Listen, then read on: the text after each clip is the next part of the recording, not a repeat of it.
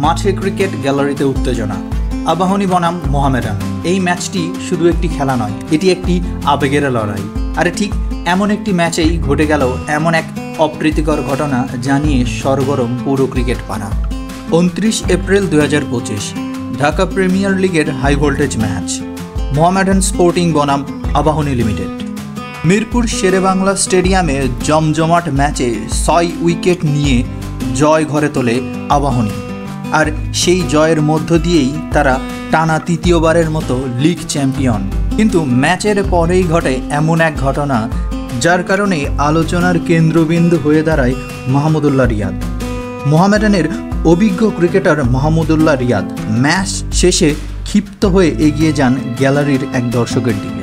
এই দর্শক মোহাম্মদ নাদিম। পরবর্তীতে ফেসবুক পোস্টে তিনি বলেন, আমি মাহমুদুল্লাহ রিয়াদকে উদ্দেশ্য করে বলেছি, ভাই ভালো খেলেছেন, hats off to you.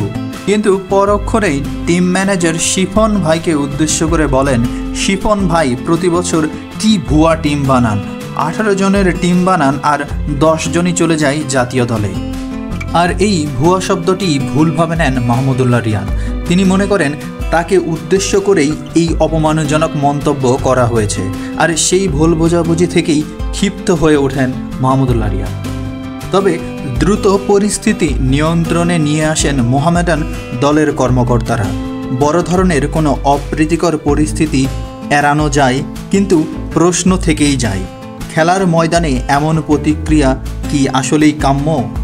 Mahmudullah Riyad বাংলাদেশের ক্রিকেটের এক নির্ভরতার নাম। তার কাছ থেকে এমন আচরণ হয়তো কেউ প্রত্যাশা করেনি, কিন্তু তিনিও মানুষ, ভুল বোঝাবুঝি হতেই পারে। খেলা যেমন আনন্দ দেয়, তেমনি তা আমাদের দায়িত্বশীলতাও শেখায়, খেলোয়াড় হোক বা দর্শক। এ ঘটনাটি আমাদের মনে করিয়ে দেয় কথার মূল্য কতটা এবং বোঝাপড়ার প্রয়োজনীয়তা কত।